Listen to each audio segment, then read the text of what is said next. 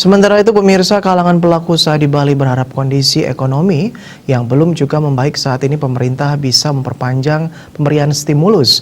Dengan stimulus maupun relaksasi yang diperpanjang, pelaku usaha bisa kembali bangkit dan mampu mengembalikan iklim usaha di tengah ancaman krisis ekonomi.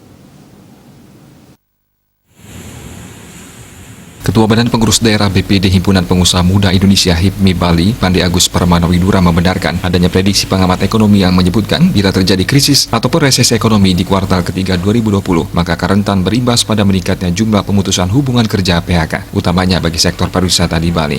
Pande Widura menilai stimulus harus diperpanjang untuk menjaga pengusaha Bali dapat bertahan. Jangan sampai pengusaha Bali nanti menyerah dan akhirnya membiarkan aset mereka dibeli asing yang berakibat Bali hanya jadi penonton di negeri sendiri. Ia pun berharap bank harus benar-benar memberikan stimulus yang tepat sasaran. Perbankan harus sadar betul, saat ini para pengusaha Bali tidak memiliki pemasukan sama sekali. Bahkan jika diberikan keringanan pembayaran kredit sekalipun, kami sudah tidak mampu lagi. Pihaknya menyebutkan, seperti diketahui untuk reformasi bisnis saat ini butuh waktu. Jadi dalam jangka pendek ini, pelaku usaha sangat tergantung dengan pariwisata. Oleh sebab itu, jalan satu-satunya hanya bisa pasrah menunggu vaksin. Pande Widura berharap pemerintah baik pusat dan daerah bisa mengutamakan vaksin bagi orang-orang yang mau berlibur ke Bali. Dengan begitu, orang yang berbondong-bondong ke Bali mengingat setiap yang datang ke Pulau Dewata mendapatkan vaksin. VK juga berharap fasilitas rumah sakit di Bali agar ditambah lagi karena pemberitaan terkait banyaknya rumah sakit COVID-19 yang sudah terisi tentunya sangat berdampak kepada wisatawan yang ingin berkunjung ke Pulau Seribu Pura ini.